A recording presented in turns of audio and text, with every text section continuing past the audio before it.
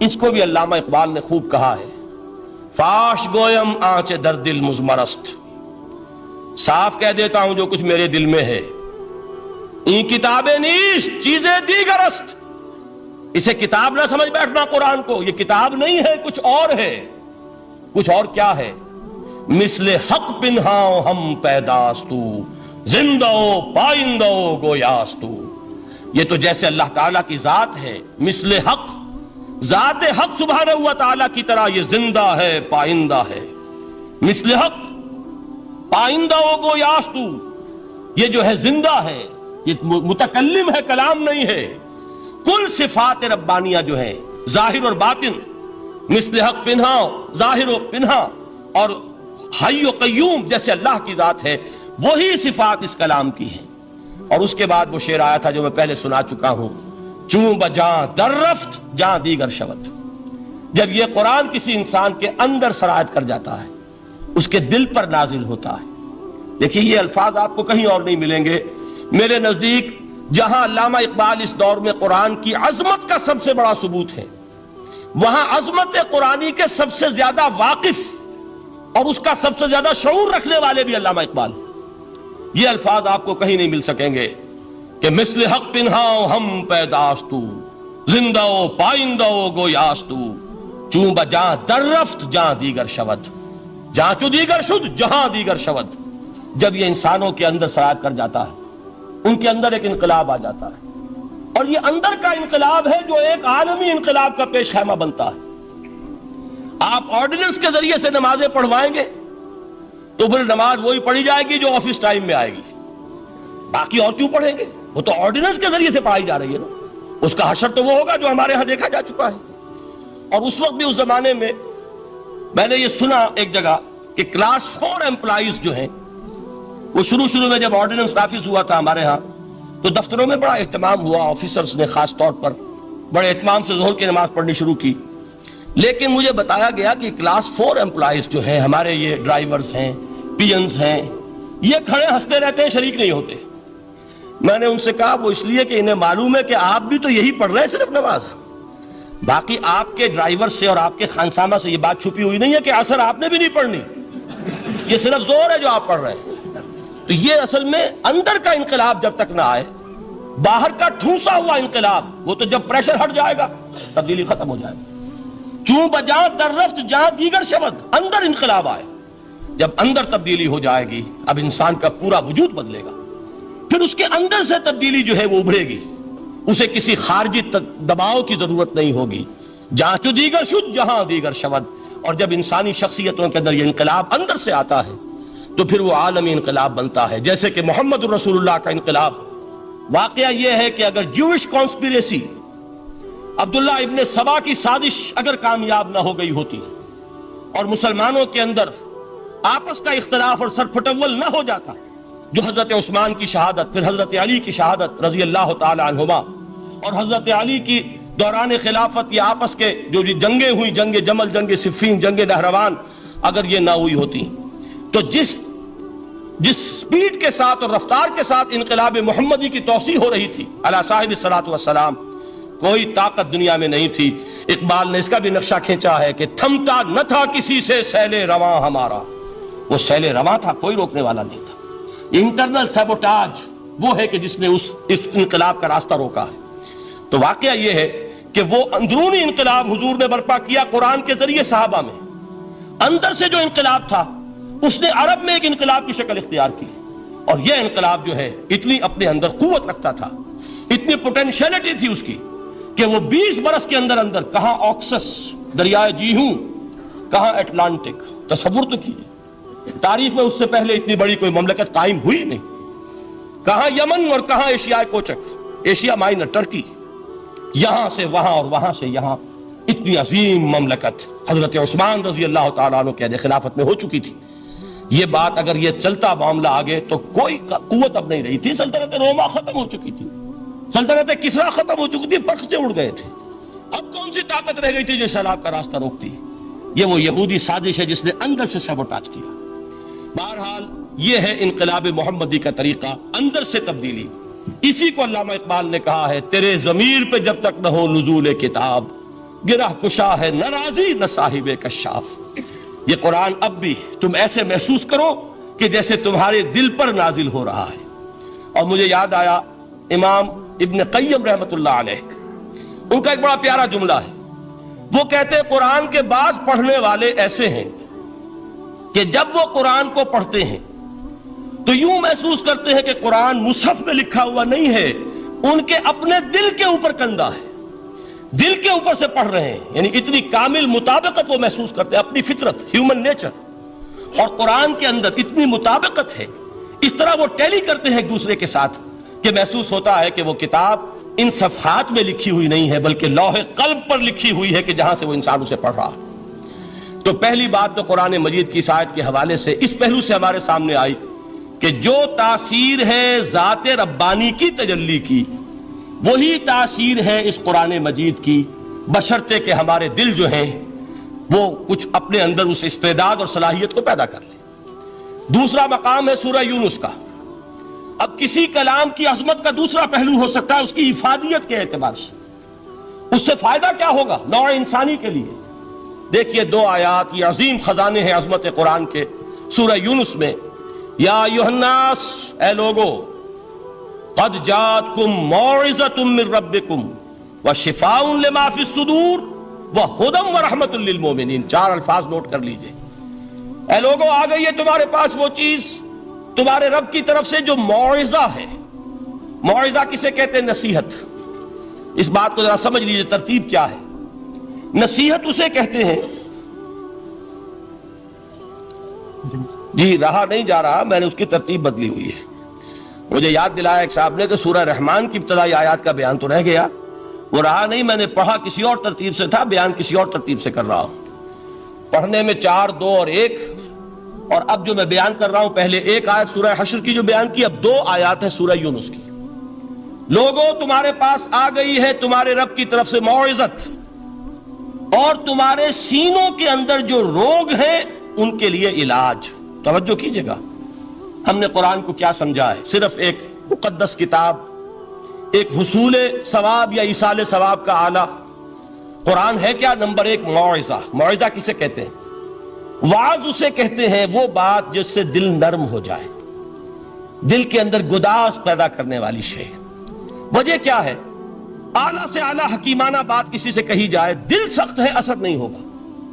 ایک کرسٹ آ جاتا ہے انسان کے دل کے اوپر، جیسے کہ یہود کے علماء کے بارے میں فرمایا گیا ثم قست قلوبکم فہی کالحجارۃ او اشد قسوۃ وان من الحجارۃ لما يتفجر منه الانہار وان منها لما يهبط من خشیۃ اللہ وان منها لما يشقق فيخرج منه الماء.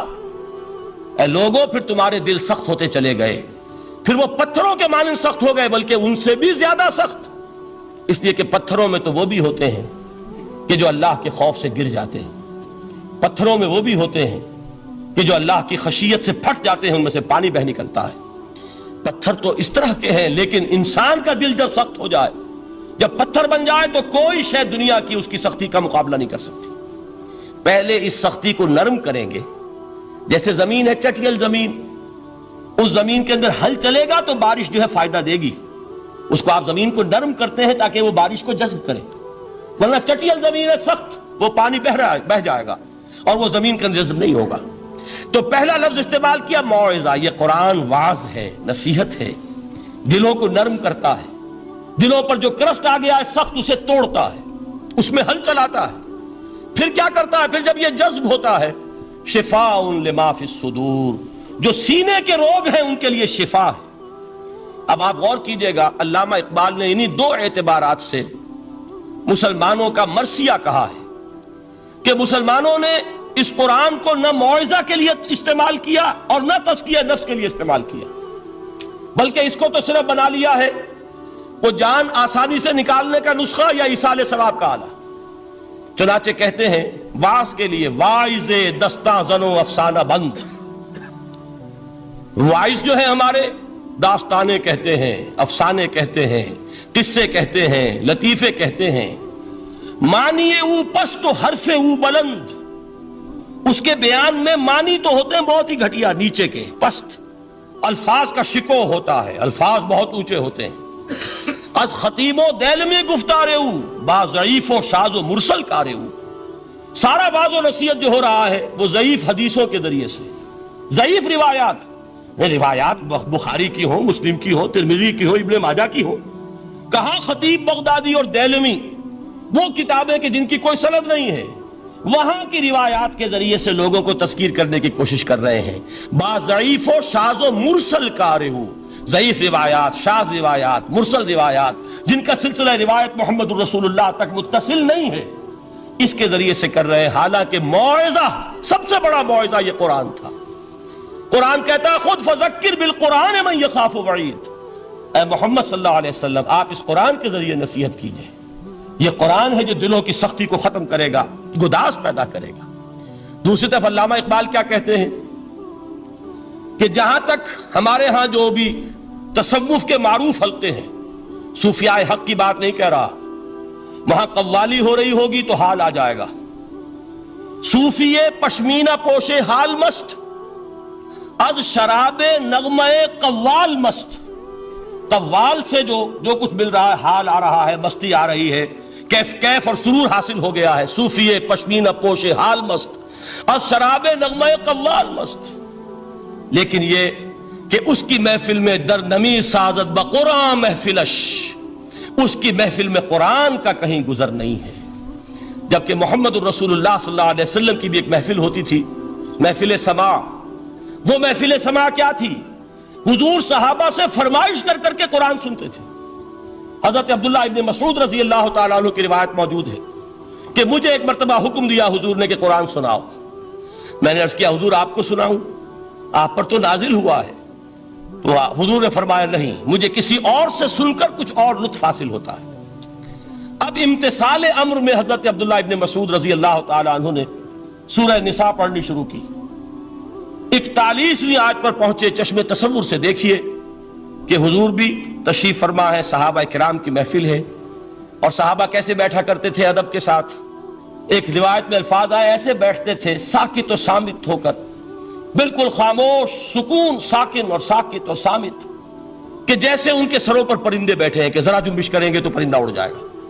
اس ادب کے ساتھ تو وہ محفل جو ہے حضور صلی اللہ علیہ وسلم کی، اور ایک صحابی حضرت عبداللہ ابن مسعود گردن نیچی کیے ہوئے ہیں اور قرآن پڑھتے چلے جا رہے ہیں. جب اس آیت پر پہنچے فَكَيْفَ إِذَا جِئْنَا مِن كُلِّ أُمَّةٍ بِشَهِيدٍ وَجِئْنَا بِكَ عَلَى هَؤُلَاءِ شَهِيدًا، کیا ہوگا اس دن جس دن کہ ہم ہر امت پر ایک گواہ کھڑا کریں گے، اور اے نبی آپ کو گواہ بنا کر لائیں گے ان کے خلاف. آپ کو یہ ٹیسٹیفائی کرنا ہوگا کہ اللہ تیرا جو کلام میرے پاس آیا تھا میں نے پہنچا دیا تھا، اب ان کی ذمہ داری ہے. They are accountable, they are responsible. اس پر حضور نے فوراً فرمایا حسبک حسبک، بس کرو بس کرو. اور حضرت عبداللہ ابن مسعود فرماتے کہ میں نے جب نگاہ اٹھا کر دیکھا حضور کے آنکھوں سے آنسو روا تھے. یہ ہے سماع، یہ محفل سماع ہے. کاش کہ اللہ تعالی ہمیں اس کی توفیق عطا فرمائے. یہ ہے مسنون محفل سماع. اس قرآن کے اندر وہ گداز ہے. آیا کہ نہیں 7ویں پارے کے بالکل آغاز میں وَإِذَا سَمِعُوا مَا أُنزِلَ إِلَى الرَّسُولِ تَرَىٰ أَعْيُنَهُمْ تَفِيضُ مِنَ الدَّمْعِ مِمَّا عَرَفُوا مِنَ الْحَقِّ يَقُولُونَ رَبَّنَا آمَنَّا فَاكْتُبْنَا مَعَ الشَّاهِدِينَ. تو یہ ہے دوسری چیز کہ در حقیقت تزکیہ نفس کا ذریعہ یہ قرآن ہے. سینوں میں جو روگ ہیں، حب دنیا، حب مال، حب شہرت، حب اقتدار، جس کو کہ ایڈلر کہتا ہے دی ارج ٹو ڈومینیٹ، میرا غلبہ ہو، میرا تسلط ہو، میں نمایاں ہو جاؤں، میری حکومت بن جائے، اختیار میرے ہاتھ میں آ جائے، دی ارج ٹو ڈومینیٹ. یہ ساری ارجز ہیں ہماری در حقیقت جس سے فساد رونما ہے. یہ حب مال ہے جس کی وجہ سے ہمارے اندر تنافس ہے. الہاکم التکاثر حتی زرتم المقابر. یہ کثرت اور بہتات کی طلب تمہیں غافل کیے رکھتی ہے یہاں تک کہ قبروں تک جا پہنچتے ہو. آنکھ انسان کی کھل نہیں پاتی. جس کے پاس 10 نسلوں کے لیے کھانے کو موجود ہے اس کی بھی حرص جو ہے اور مزید کا لالچ جو ہے وہ ختم نہیں ہوتا. یہ چیزیں ہیں اصل روگ. ان دلوں کے روگوں کا اور سینوں کے اندر کے ان امراض کا علاج قرآن. یا ایھا الناس قد جاءتکم موعظۃ من ربکم وشفاء لما فی الصدور. اب جب یہ دو چیزیں ہو جائیں گی اب تیسرا لفظ ہے ہدن. ہدایت بیکار ہے جب تک دل میں گداز نہ ہو. ہدایت بیکار ہے جب تک کہ نیت درست نہ ہو. کوئی شخص بڑا عالم ہے لیکن اپنے علم کو اس نے ذریعہ بنایا ہے دنیا کمانے کا، تو در حقیقت یہ قرآن اس کے حق میں ہدایت نہیں ہے، اس کے حق میں عذاب خدا بندی کا ذریعہ بن رہا ہے. حضور نے خود فرمایا القرآن حجت لک او علیک، یہ قرآن یا تمہارے حق میں حجت ہے یا تمہارے خلاف حجت بنے گا قرآن کے قیامت کے دن. اس لیے کہ ایک شخص اس کو دنیا کمانے کا ذریعہ بنا رہا ہے، ایک شخص اس کو شہرت کے حصول کا ذریعہ بنا رہا ہے، ایک شخص علم کو ذریعہ بنا رہا ہے دنیا میں نمایاں ہونے کا، اپنی تعریف کا.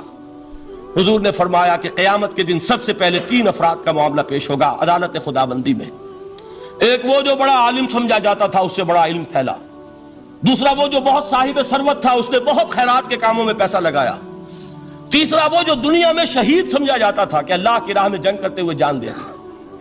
اللہ ان تینوں سے جو اس کو نعمتیں دی تھی ان کا ذکر کر کے پوچھے گا کہ میں نے تمہیں یہ دیا، تمہیں یہ دیا، تمہیں یہ دیا، تم کیا کر کے لائے؟ وہ شہید کہے گا کہ اللہ میں نے تیری راہ میں جنگ کی اور اپنی جان دے دی تاکہ تو راضی ہو جائے. اللہ فرمائے گا کذبتا، تو نے جھوٹ بولا. انک قد قاتلت لان یقال جریء، تو نے تو یہ جنگ اس لیے کی تھی کہ کہا جائے کہ بڑا جری ہے، بڑا بہادر ہے. یہ لوگوں سے بہادری کے تمغے لینا تمہارا مقصود تھا. وقد قیل، وہ کہا جا چکا ہے، اب یہاں تمہارے لیے کچھ نہیں. اور فرشتوں کو حکم ہوگا اور وہ اوندے منہ اس کو گھسیٹتے ہوئے جہنم میں جھونک دیں گے. دنیا میں شہید سمجھا جا رہا ہے، آخرت میں جہنمی ہے. یہی حال اس عالم کا ہوگا، یہی حال اس دولت مند کا ہوگا. تم نے یہ علم پھیلایا تھا کہ تمہارے علم کا چرچا ہو جائے، تمہاری شہرت ہو جائے، لوگ تمہاری دست بوسی کرنے لگیں، لوگ تم سے جھک کر ملیں. وہ دنیا میں ہو گیا، تمہارا مطلوب مل چکا، تمہارا مقصود حاصل ہو چکا، اب یہاں کچھ نہیں. تو جان لیجئے کہ جب تک دلوں کے روگ درست نہ ہوں، علم بیکار ہے، ہدایت قطعاً غیر مفید ہے. پہلے دلوں کا کرسٹ اترے، اس کی سختی دور ہو، یہ ہے موعظہ. دلوں کے اندر سے حب جاہ، حب دنیا، حب مال نکلے، یہ ہے تزکیہ. شفاء لما فی الصدور، اب ہدایت خداوندی، اب راستہ آپ دیکھیں گے اور اس راستے پر چلیں گے. یہ ہدایت جو ہے دنیا میں، یہی آخرت میں رحمت کی شکل میں ظاہر ہوگی. جنہوں نے اس قرآن کی ہدایت سے فائدہ اس دنیا میں اٹھایا، آخرت میں رحمت خداوندی کی بدلیاں ان پر سایہ کریں گی. ایک حدیث میں تو باقاعدہ الفاظ آئے ہیں کہ سورہ بقرہ اور سورہ آل عمران یہ 2 بدلیوں کی صورت میں ظاہر ہوں گی میدان حشر میں، اور ان لوگوں پر سایہ کریں گی کہ جن کو ان سے بڑی محبت تھی. یہ 4 الفاظ نوٹ کر لیجئے اسی ترتیب کے ساتھ. یا ایھا الناس قد جاءتکم موعظۃ من ربکم وشفاء لما فی الصدور وہدی ورحمۃ للمؤمنین قل بفضل اللہ وبرحمتہ. اے نبی کہہ دیجئے یہ اللہ کا بڑا فضل ہے، لوگوں سمجھو. اس کی بڑی رحمت کا ظہور ہوا ہے اس قرآن کی شکل میں. اس کی رحمت کا مظہر اتم قرآن ہے، اس کے فضل کا سب سے بڑا ثبوت قرآن ہے. فبذالک فلیفرحوا، اس پر انہیں خوشیاں منانی چاہیے.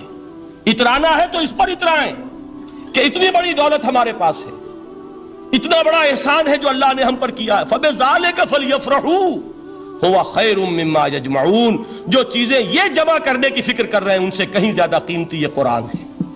کاش کہ یہ 2 آیات ہی ہمارے قلب کے اوپر یہ کندہ ہو جائے. پہلی بات میں نے عرض کی تھی، اس کا شعور ہر ایک کے لیے ممکن نہیں، اس کا باطن بیدار ہو چکا ہو. لو انزلنا هذا القرآن على جبل لرأيته خاشعا متصدعا من خشیۃ اللہ. جن کی ارواح بیدار ہو چکی ہوں وہ قرآن کی اس تاثیر کو محسوس کریں گے. لیکن یہ دوسری چیز ہے کہ جو ہمارے لیے پریگمیٹک پہلو سے، عملی اعتبار سے، افادے کے اعتبار سے یہ 4 الفاظ اور رحمت اور فضل خدابندی کا سب سے بڑا مظہر، اور خوشیاں مناؤ کہ اللہ کی یہ نعمت تمہارے پاس موجود ہے. اب وہ تیسرا مقام ہے سورہ رحمان کا، بڑی چھوٹی چھوٹی آیات. آپ نے سنا ہوگا حضور نے سورہ رحمان کے بارے میں فرمایا ہے سورۃ الرحمان عروس القرآن. یہ سورہ رحمان جو ہے یہ قرآن کی دلہن ہے. جیسے دلہن کو آپ خوشنما لباس پہناتے ہیں، آراستہ پیراستہ اس کو گہنے اور اس کو زیور پہناتے ہیں، تو جس طریقے سے سجاتے ہیں آپ دلہن کو، اللہ تعالیٰ نے ایک سورت قرآن مجید میں یہ ایسی رکھی ہے سورہ رحمان کہ اسے خوب سجایا ہے. اس میں الفاظ کا در و بست، اس کا اپنا ایک ڈیوائن میوزک ہے. وہ تو اللہ تعالیٰ قراء جو ہے، خاص طور پر مصر کے قراء، اللہ تعالیٰ ان پر رحمت نازل فرمائے، ان کی خطاؤں سے درگزر کرے. جس طرح قرآن کے انٹرنسک میوزک کو انہوں نے واضح کیا ہے، واقعہ یہ ہے کہ اگر یہ لوگ نہ ہوتے، شیخ عبد الباسط محمد عبد الصمد، شیخ محمود خلیل الحصری، یہ لوگ کہ جنہوں نے قرآن کے اس غنا، میوزک، یہ لفظ جو ہے آپ حیران نہ ہو کہ میں یہ کوئی شاید توہین کر رہا ہوں قرآن کی، حضور نے یہ لفظ استعمال کیا ہے، تغنو، اس قرآن کو اچھی سے اچھی خوشلہانی کے ساتھ پڑھو، من لم یتغن بالقرآن فلیس منا، جو قرآن کو بہتر سے بہتر انداز میں، اچھی سے اچھی آواز میں، خوشلہانی کے ساتھ پڑھنے کی کوشش نہیں کرتا وہ ہم میں سے نہیں ہے۔ بلکہ ایک مرتبہ حضور رات کے وقت آپ گشت پر تھے اپنے ساتھیوں کے حالات معلوم کرنے کے لیے، حضرت ابو موسیٰ اشعری رضی اللہ تعالیٰ عنہ ایک صحابی ہیں، ان کے گھر کے پاس سے گزر ہوا، وہ رات کو تہجد پڑھ رہے تھے، کھڑے ہوئے کیف کے عالم میں قرآن تلاوت کر رہے ہیں، حضور کو بہت پسند آئی ان کی قرات، کافی دیر تک وہاں کھڑے سنتے رہے۔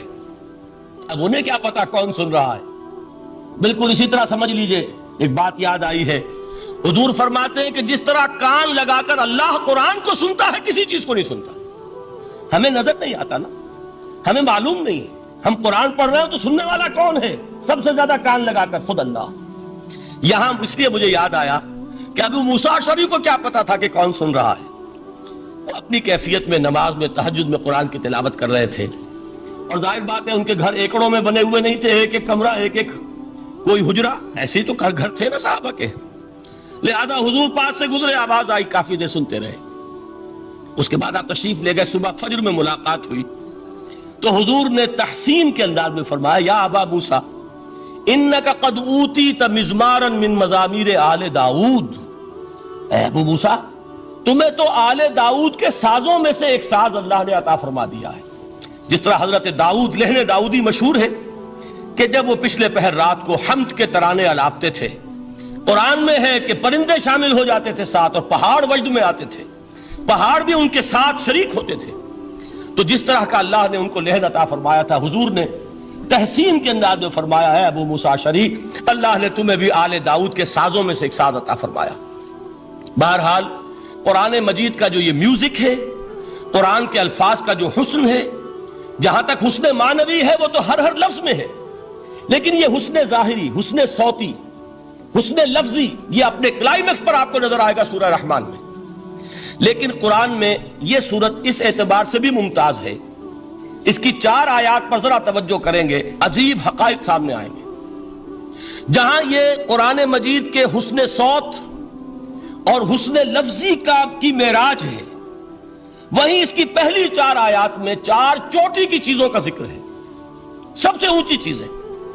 پہلی آیت کیا ہے؟ الرحمن، ایک آیت ہو گئی۔ رحمان کیا ہے؟ اللہ کا نام ہے۔ کبھی آپ نے غور کیا اللہ کے ناموں میں سب سے پیارا نام کون سا ہوگا؟ رحمان۔ کیوں؟ اس کا مادہ کیا ہے؟ رحمت۔ ہمیں سب سے بڑھ کر جس چیز کی ضرورت ہے وہ کیا ہے؟ رحمت خدا بندی۔ نام اچھی طرح سن لیجئے اس حضور کے قول کو۔ حضور فرماتے کوئی شخص جنت میں مجرد اپنے عمل کی بنیاد پر داخل نہیں ہو سکے گا جب تک کہ رحمت خدا بندی دستگیری نہ کرے۔ کسی صحابی نے بڑی ہمت اور جرأت کا ثبوت دیا کہ پوچھ لیا کیا حضور آپ بھی؟ جب آپ نے فرمایا کوئی شخص داخل نہیں ہو سکتا جنت میں محض اپنے عمل کی بنیاد پر جب تک کہ رحمت خدا بندی جو ہے وہ دستگیری نہ فرمائے۔ پوچھا گیا کیا آپ بھی؟ آپ نے فرمایا ہاں میں بھی۔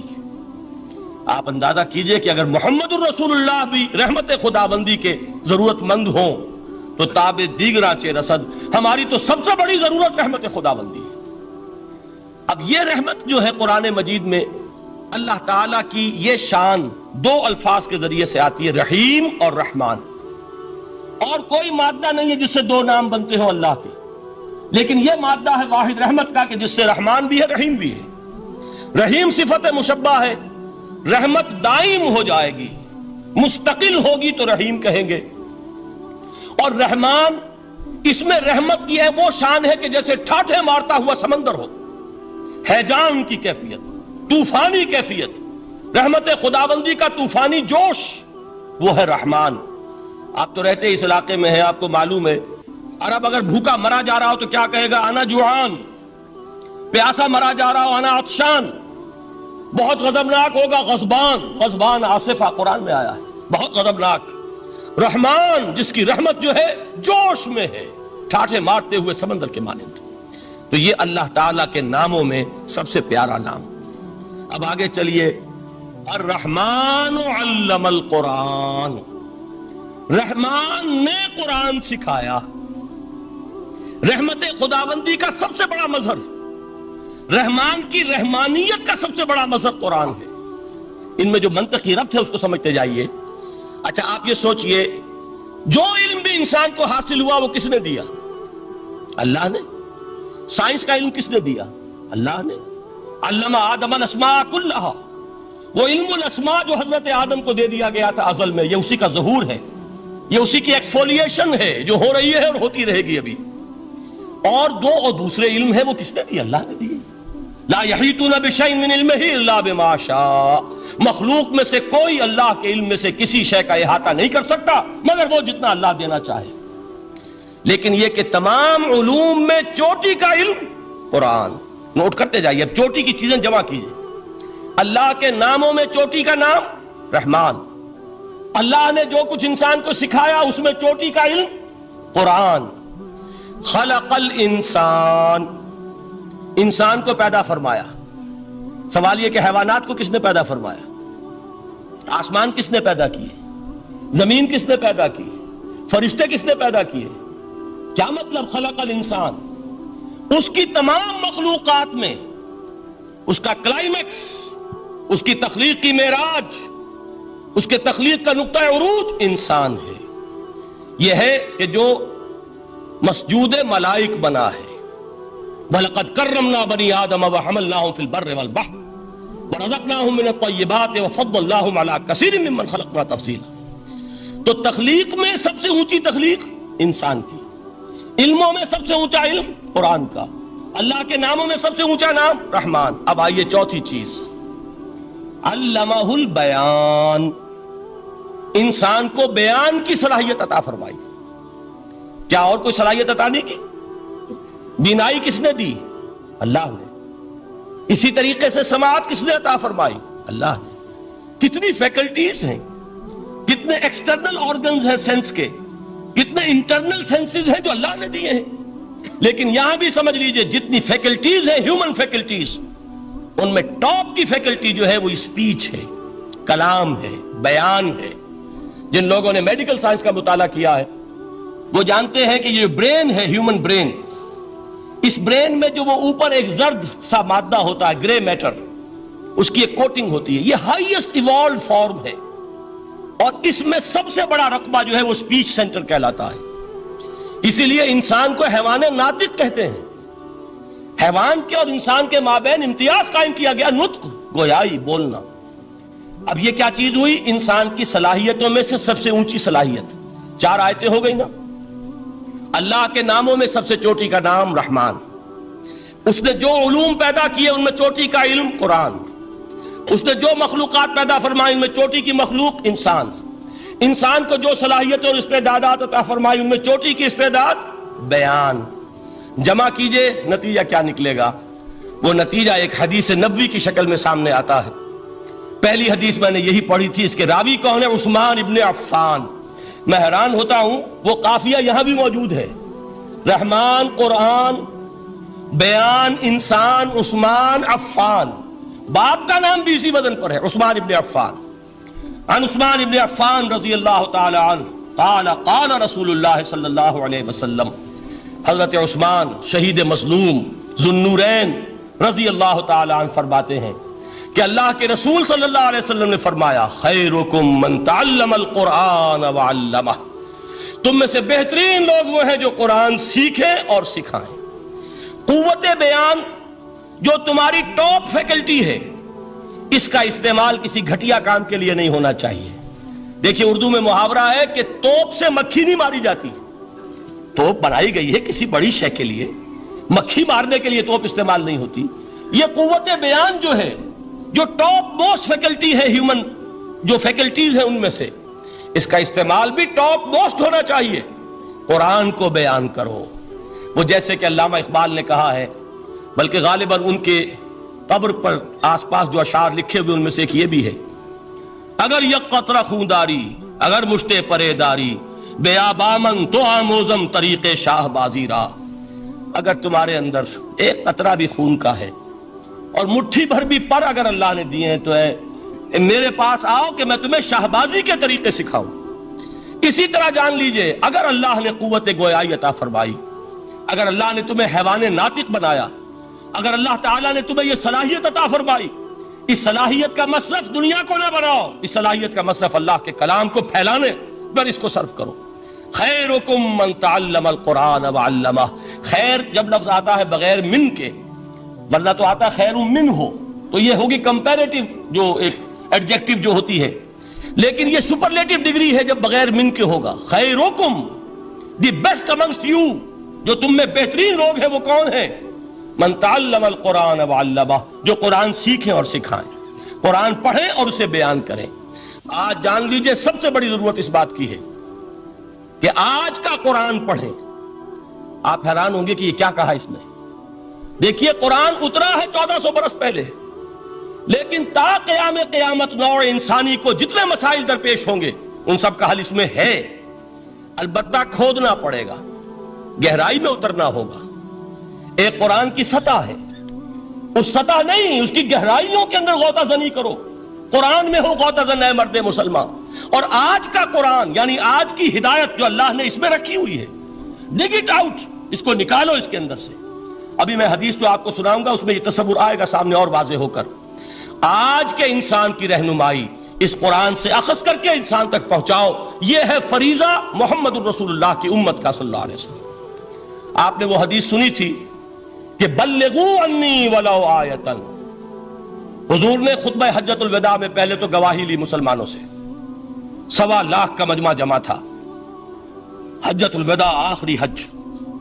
آپ نے اپنے خطبے میں جس کے چند جملے میں سنا چکا ہوں آپ کو ایچ جی ویلز کے حوالے سے، اپنی تعلیمات کے اہم نکات کو بار بار دہرا کر بیان کیا، ہیمر کیا، اچھی طرح ذہنوں میں اتارا. اس کے بعد ایک سوال کیا، الا هل بلغت، لوگوں میں نے پہنچا دیا کہ نہیں؟ اور پورے مجمع نے کہا انا نشهد انک قد بلغت. بلکہ ایک روایت میں الفاظ بڑے پیارے آئے ہیں، انا نشهد انک قد بلغت الرسالۃ وادیت الامانۃ ونصحت الامۃ وکشفت الغمۃ. ہاں حضور ہم گواہ ہیں، آپ نے امانت ادا کرنے کا حق ادا کر دیا، رسالت کے فرائض کا حق ادا کر دیا، امت کی خیر خواہی کا حق ادا کر دیا، اور آپ نے گمراہی کے پردوں کو چاک کر دیا، اندھیروں کو چاک کر دیا. 3 مرتبہ حضور نے سوال کیا، 3 مرتبہ جواب لیا. پھر آپ نے نگاہ آسمان کی طرف اٹھائی، انگشت شہادت سے 3 مرتبہ اشارہ کیا، اللہم اشہد، اللہم اشہد، اللہم اشہد. اے اللہ تو بھی گواہ ہے، یہ مان رہے ہیں کہ میں نے یہ قرآن ان تک پہنچا دیا. یعنی جسے آپ انگریزی میں کہتے ہیں سائی آف ریلیف، کہ ایک بڑا بھاری بوجھ آ پڑا تھا، بڑی ذمہ داری تھی. انا سنلقی علیک قولا ثقیلا، اے محمد ہم آپ پر ایک بڑی بھاری بات ڈالنے والے ہیں. اے اللہ گواہ ہے کہ وہ بوجھ میرے کاندھے سے اتر گیا. یہ تسلیم کر رہے ہیں کہ میں نے حق امانت ادا کر دیا. تیری امانت تھی میرے پاس یہ کلام، اللہ کا یہ پیغام انسانوں کے لیے نازل ہوا محمد پر صلی اللہ علیہ وسلم. تو امانت کا بوجھ کس کے بارے گرا، کس کے کاندھے پر ہے؟ حضور کے. اگر ادا نہ کرتے، ابھی وہ آپ نے آیت سنی تھی، یا ایھا النبی بلغ ما انزل الیک من ربک فإن لم تفعل فما بلغت رسالتہ. یا ایھا الرسول، اے رسول صلی اللہ علیہ وسلم پہنچا دیجئے جو کچھ نازل کیا گیا ہے آپ پر آپ کے رب کی طرف سے، اور اگر بالفرض آپ نے ایسا نہ کیا تو امانت کا حق ادا نہیں ہوگا، رسالت کا حق ادا نہیں ہوگا. حضور نے پہنچا کر گواہی لے کر جیسے کہ ایک اطمینان کا سانس لیا، اللہم اشہد، اللہ تو بھی گواہ رہے. اس کے بعد آپ نے فرمایا تھا وہ چھوٹا سا جملہ جو آپ میں سے ہر شخص بآسانی یاد کر کے اٹھ سکتا ہے، فَلْيُبَلِّغِ الشَّاهِدُ الْغَائِبَ. اب پہنچائیں وہ جو یہاں ہیں ان کو جو یہاں نہیں ہیں، اس لیے کہ میری رسالت پوری نوع انسانی کے لیے. وقت فرصت ہے کہاں، کام ابھی باقی ہے، نور توحید کا اتمام ابھی باقی ہے. ابھی تو ہند تک یہ پیغام جانا ہے، چینیوں تک جانا ہے، ابھی یورپ میں اس پیغام کو پہنچنا ہے. دی اذانیں کبھی یورپ کے کلیساؤں میں، کبھی افریقہ کے تپتے ہوئے صحراؤں میں. یہ کون کرے گا؟ اے امت محمد، یہ ذمہ داری اب تمہاری ہے صلی اللہ علیہ وسلم. اسی کو آپ نے مزید تاکیدن فرمایا بلغوا انی ولو آیۃ، میرا کوئی امتی بھی اس سے بالکل فارغ نہ رہ جائے، بالکل محروم نہ رہے، ایک آیت بھی پہنچا سکتا ہو تو پہنچائے۔ یہ ہے وہ ذمہ داری کہ جو اس حدیث کی روح سے خیرکم من تعلم القرآن وعلمہ، ایک ہوتا ہے ذمہ داری کو ایک بوجھ کی حیثیت سے، ایک فرض کی حیثیت سے بیان کرنا، یہاں ہے تشویق اور ترغیب کا انداز۔ کون نہیں چاہتا کہ میں بہتر سے بہتر کیریئر اختیار کروں؟ کون نہیں چاہتا کہ میری زندگی اعلیٰ سے اعلیٰ ہو؟ کون نہیں چاہتا کہ میرا وقت جو ہے اس کی بڑی سے بڑی قیمت مجھے ملے؟ کاش کہ ہمیں معلوم ہوتا کہ قرآن کا سیکھنا اور سکھانا کتنا اعلیٰ کیریئر ہے۔ کاش کہ ہمیں معلوم ہوتا کہ قرآن کی تبلیغ اور دعوت، اس میں جو لمحہ گزر رہا ہے وہ کتنا قیمتی ہو گیا ہے، اس کا کتنا بڑا اجر و ثواب اللہ کے ہاں ملنا ہے۔ تو خیرکم من تعلم القرآن وعلمہ، تم میں سے بہترین لوگ وہ ہیں جو قرآن سیکھیں اور سکھائیں۔ دوسری حدیث حضرت عمر سے مروی ہے رضی اللہ تعالیٰ عنہ، یہ پہلی روایت متفق علیہ تھی، بخاری اور مسلم دونوں میں موجود ہے۔ دوسری روایت صحیح مسلم کی ہے، حضرت عمر فرماتے ہیں قال قال رسول اللہ صلی اللہ علیہ وسلم ان اللہ یرفع بہذا الکتاب اقواما ویضع بہ آخرین، اللہ اب اس کتاب کے ذریعے قوموں کو اٹھائے گا اور اسی کو ترک کرنے کے باعث رسوا کر دے گا۔ یہ ہے اب ابد الآباد تک کے لیے، خاص طور پر مسلمانوں کے لیے اللہ تعالیٰ کا یہ قانون۔ اس کتاب کو لے کر اٹھیں گے سربلند ہوں گے، اس کتاب کو پیٹھ دکھائیں گے ذلیل کر دیے جائیں گے۔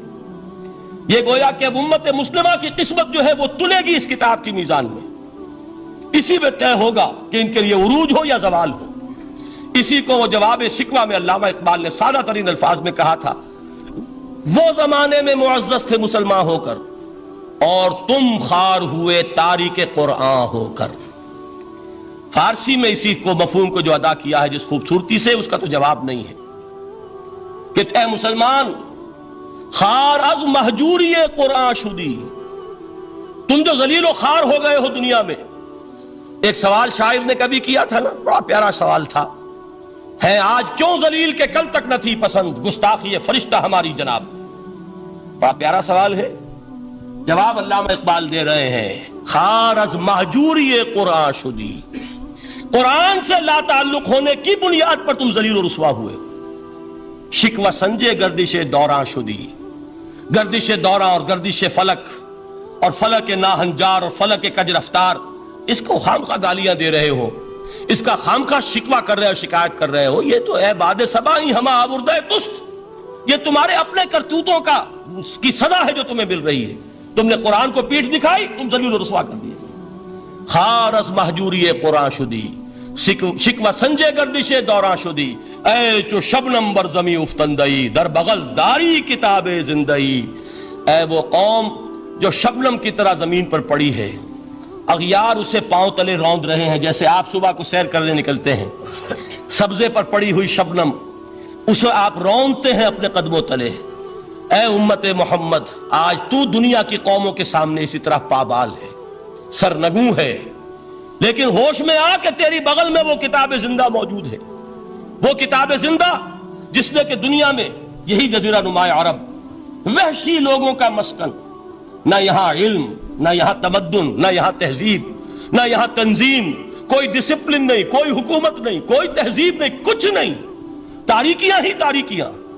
یہی کتاب تھی جس نے اسے منور کیا، یہی کتاب تھی جس نے دنیا کا امام بنایا، یہی کتاب تھی جس نے دنیا کا معلم بنایا، یہ کتاب تھی جس نے نئے نئے علوم ایجاد کرنے سکھائے، یہ کتاب تھی جس کی بدولت یہی عرب تھے جنہوں نے یونان کے فلسفے اور سائنس کو جو مر چکے تھے انہیں زندہ کیا، ان میں نئی چیزوں کا اضافہ کیا اور اسپین کی یونیورسٹیوں کے ذریعے سے یورپ تک دوبارہ پہنچا دیا۔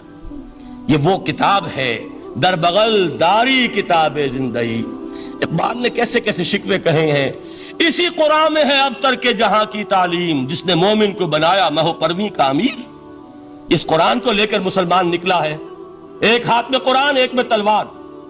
برا نہ مانیے، قرآن تلوار کا نام بھی آپ اپولوجیٹک انداز میں نہ لیا کریں۔ انقلاب کی تکمیل تلوار سے ہوتی ہے، انقلاب کی تمہید کسی کتاب سے ہوتی ہے، اچھی طرح جان لیجیے۔ کبھی انقلاب صرف کتاب سے نہیں آیا، کتاب سے ذہن بدلتے ہیں، کتاب سے فکر بدلتی ہے، کتاب سے سوچ بدلتی ہے، کتاب سے ایک جماعت تیار ہوتی ہے، ایک قوت تیار ہوتی ہے۔ وہ 313 جو میدان بدر میں تھے وہ قرآن کا اعجاز کا ظہور تھے، لیکن ان کے ہاتھوں میں تلوار آئی ہے۔ ہم اسے ڈینائی نہیں کریں گے کہ در حقیقت انقلاب محمدی کی تکمیل میں یقیناً تلوار کا حصہ، لیکن یہ تلوار ہاتھ میں لینے والے آتے کہاں سے اگر قرآن کے ذریعے سے محمد الرسول اللہ نے وہ جماعت تیار نہ کی ہوتی؟ وہ کام کیا ہے، یتلو علیہم آیاتہ ویزکیہم ویعلمہم الکتاب والحکمہ، وہ سارا عمل قرآن کے گرد گھوم رہا جس سے وہ جماعت تیار ہوئی۔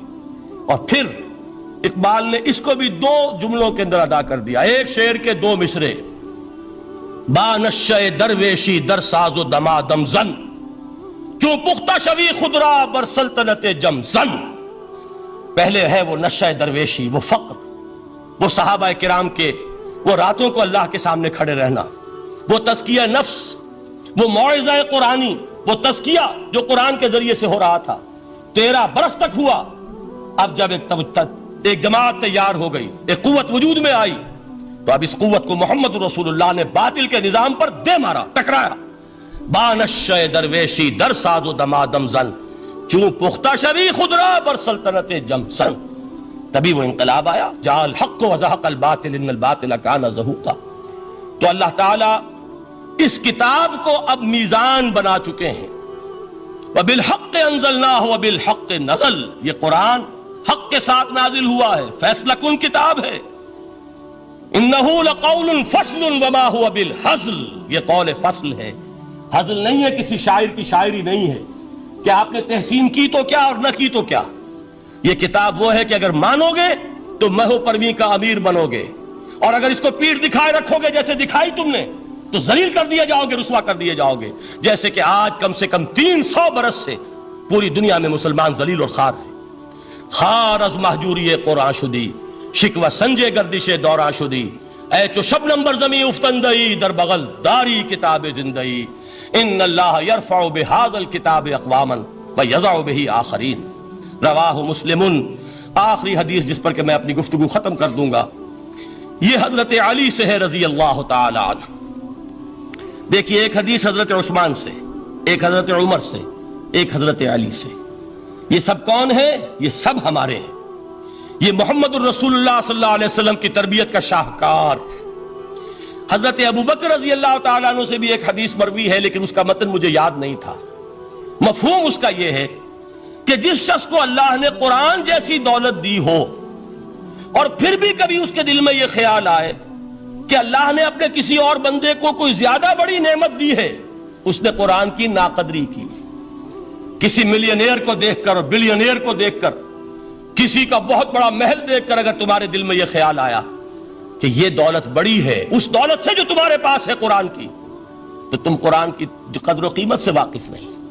تمہیں معلوم کیا کہ یہ کتنی بڑی دولت ہے؟ یہ در حقیقت شرح ہے اسی انہی الفاظ قرآنی کی کہ فَبِذَلِكَ فَلْيَفْرَحُوا هُوَ خَيْرٌ مِّمَّا يَجْمَعُونَ۔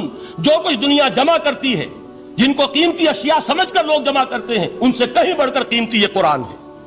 تو حضرت ابوبکر سے یہ مروی، حضرت عمر سے ان اللہ یرفع بہذا الکتاب اقواما ویضع بہ آخرین، حضرت عثمان سے خیرکم من تعلم القرآن وعلمہ۔ اب آئیے حضرت علی، سیدنا علی رضی اللہ تعالی عنہ۔ وہ حدیث طویل ترین ہے جو مدح قرآن میں محمد الرسول اللہ سے مروی ہے صلی اللہ علیہ وسلم۔ پوری حدیث مجھے یاد بھی نہیں ہے اور اس کا وقت بھی نہیں ہے، لیکن بڑی پیاری حدیث ہے اس اعتبار سے۔ آغاز کیسے ہوا؟ حضرت علی فرماتے ہیں قال رسول اللہ صلی اللہ علیہ وسلم انہا ستکون فتنۃ، ان قریب ایک بہت بڑا فتنہ رونما ہوگا۔ حضور نے خبر دی فتنے کی۔ حضرت علی فرماتے اس پر میں نے عرض کیا، قلتو، میں نے عرض کیا، مل مخرج منہا یا رسول اللہ، اے اللہ کے رسول اس سے نکلنے کا راستہ کون سا ہوگا؟ دیکھیے یہ لکھا ہوا ایگزٹ، نکلنے کا راستہ۔ اور عام طور پر آپ نے دیکھا ہوگا بڑے ہالز میں یہ سرخ روشنی ہوتی ہے، اس میں اس کا اہتمام کیا جاتا ہے کہ اگر خدا نہ خواستہ کو حادثہ ہو جائے لوگوں کو معلوم ہو نکلنے کا راستہ کون سا، یہ مخرج ہے۔ حضور نے خبر دی کہ فتنہ ہوگا۔ تو دیکھیے میں ایک بات عرض کیا کرتا ہوں، ذرا توجہ کیجئے۔ ہمارا حال کیا ہے؟ ہم بڑے ریشنلسٹ قسم کے لوگ ہیں، یہ زمانہ ریشنلزم کا ہے۔ اگر ہم ہوتے تو کیا پوچھتے؟ وہ فتنہ کیا ہوگا، کیوں ہوگا، کہاں سے آئے گا؟ ہمارے سوال یہ ہوتے، کب آئے گا، کیوں، کہاں، کب، کیسے؟ ان سب کی حیثیت علمی سوالات کی ہے۔ بھائی کب آئے گا ایک علم ہے، کیسے آئے گا علم ہے، کہاں سے آئے گا علم ہے، لیکن اصل جو عملی اعتبار سے اہمیت والی شے ہے، بچاؤ کا راستہ کون سا ہوگا محمد الرسول اللہ، یہ بتائیے ہمیں۔ مل مخرج منہا یا رسول اللہ، حضرت علی نے یہ نہیں پوچھا فتنہ کیا ہوگا، کہاں سے آئے گا حضور، کیوں آ جائے گا، کب آ جائے گا، نہیں، مل مخرج منہا یا رسول اللہ، اے اللہ کے رسول یہ بتائیے کہ جب وہ فتنہ رونما ہوگا تو نکلنے کا راستہ کون سا؟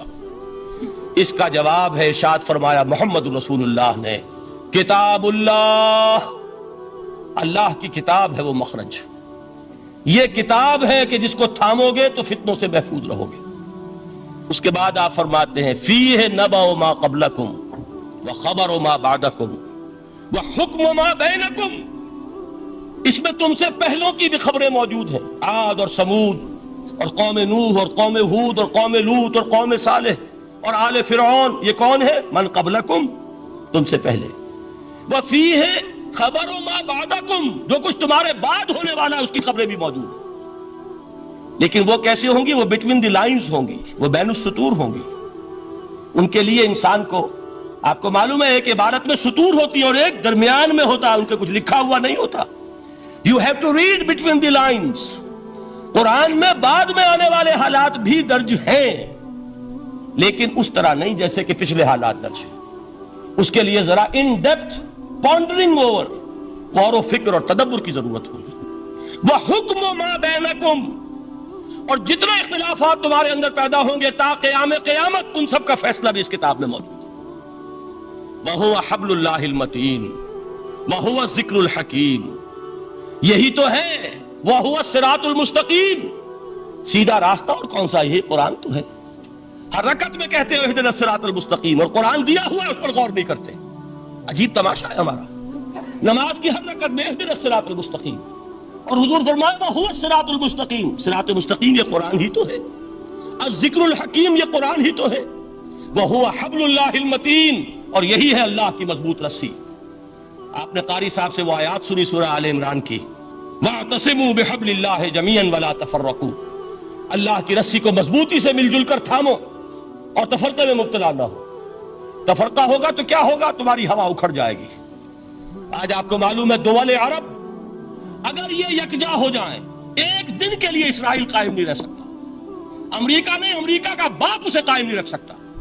اگر امت عرب ہی جمع ہو جائے، عالم اسلام تو بڑی شے ہے، جو وسائل ان کے پاس ہیں، جو اللہ تعالیٰ نے ان کو نعمتیں عطا فرمائی ہیں، لیکن افتراق، انتشار، اختلاف، جتھے بندی، گروہ بندی، دھڑے بندی، اس نے اسرائیل کا خنجر ان کے سینے میں پیوست کیا، اس لیے کہ فَتَذْهَبَ رِيحُكُمْ، اگر تم اختلاف کرو گے تو تمہاری ہوا اکھڑ جائے گی۔ آج وہ ہوا اکھڑ چکی ہے، تو فرمایا وَاعْتَصِمُوا بِحَبْلِ اللَّهِ جَمِيعًا وَلَا تَفَرَّقُوا، اللہ کی رسی کو مضبوطی کے ساتھ مل جل کر تھامو اور تفرقے میں مت پڑو۔ حضور فرما رہے ہیں وہ اللہ کی رسی کون سی؟ ہوا حبل اللہ المتین، یہی قرآن ہے اللہ کی مضبوط رسی۔ علامہ اقبال نے کیا خوب کہا ہے، علامہ اقبال نے قرآن اور حدیث کے حقائق کو جس طریقے سے اشعار کا جامع پہنایا ہے، وہ تو خود کہتے ہیں گوہر دریائے قرآن سفتام، میں نے قرآن مجید کے دریا سے موتی نکال کر اپنے اشعار کے اندر میں نے چن دیے ہیں، میرا کام اور کچھ نہیں ہے۔ موتی کوئی بھی غواص پیدا نہیں کرتا، دریا کی گہرائی سے نکال لاتا ہے۔ یہ میری حکمت نہیں ہے جو میرے اشعار میں ہے، یہ میں نے قرآن مجید کے دریا میں غوطہ زنی کر کے اس سے یہ موتی نکالے۔ گوہر دریائے قرآن سفتام۔ اب دیکھیے اسی حدیث کے اس ٹکڑے کو کیسے شعر میں لائے ہیں، از یک آئینی مسلمان زندہ است، پے کرے ملت ز قرآن زندہ ہست۔ مسلمان کی زندگی تو ایک آئین کے بدولت ہے، یہ آئین قرآن، جو کہا تھا کبھی قائد اعظم مرحوم نے جب پوچھا گیا تھا کہ آپ کے پاکستان کا دستور کیا ہوگا، کیا فرمایا تھا یاد کیجئے کہ ہمیں کسی نئے دستور کی ضرورت نہیں، ہمارا دستور 1400 برس پہلے طے ہو چکا ہے۔ یہ ہماری بدقسمتی ہے جو کچھ کہا تھا قائد اعظم نے کہ God has given us a golden opportunity to prove our worth as architects of a new state and let it not be said that we didn't prove equal to the task. میں معذرت کے ساتھ عرض کروں گا حضرت کہ واقعہ یہ ہے کہ ہم اس کے equal to the task ثابت نہیں ہوئے. قائد اعظم کا دیا ہوا پاکستان آج دنیا میں موجود نہیں ہے. اس کا ایک حصہ اپنے نام سے دستبردار ہو کر بنگلہ دیش بن چکا ہے. اس نے اپنی تاریخ کو خیر بات کہہ دیا ہے. حالانکہ مسلم لیگ کی جنم بھومی ڈھاکہ ہے. 1906 میں ڈھاکہ میں مسلم لیگ نے جنم لیا تھا. اور اگر وہ صرف ہم سے علیحدہ ہوتا یا گہرا صدمہ ہوتا، لیکن یہ کہ اس نے جب نام بدلا ہے، در حقیقت اس نے اپنے تاریخ سے، اپنے پس منظر سے استعفیٰ دیا. یہ ہمارا دوہرا ہمارے لیے صدمے کی بات ہے. کیا 2 یمن موجود نہیں ہیں؟ ان میں سے کوئی ایک بھی اپنا نام چھوڑنے کو تیار ہوگا؟ کیا 2 جرمنی دنیا میں موجود نہیں ہیں؟ کوئی ایک بھی ان میں سے اپنا نام چھوڑے گا؟ کیا 2 کوریا نہیں ہیں؟ 2 ویتنام نہیں ہیں؟ تو کیا 2 پاکستان نہیں ہو سکتے تھے؟ ہو سکتے تھے. میں یہ کہا کرتا ہوں کہ یہ گہرا صدمہ ہے علیحدگی، اور دوہرا صدمہ ہے، اور اس سے کہیں زیادہ بڑا کہ انہوں نے اپنا نام بدل دیا، اپنی آئیڈینٹی چینج کر دی. انہوں نے وہ نام اپنے ماتھے سے اتار کر خلیج بنگال کے اندر دبو دیا. یہ بہت بڑی سزا ہے جو ہمیں ملی ہے. کیوں ملی ہے؟ کہ ہم نے 25 برس تک اس جس کو کہا تھا کہ وہ ہمارا آئین ہے، اس کو آئین نہیں بنایا. ہم نے دنیا کے سامنے جھولیاں پساری، ہم نے طرح طرح کے نظاموں کو آزمایا، لیکن اس قرآن کی طرف پیش قدمی نہیں کی. اللہ تعالیٰ ڈھیل دیتا ہے لیکن سزا بھی بہت سخت ہوتی ہے.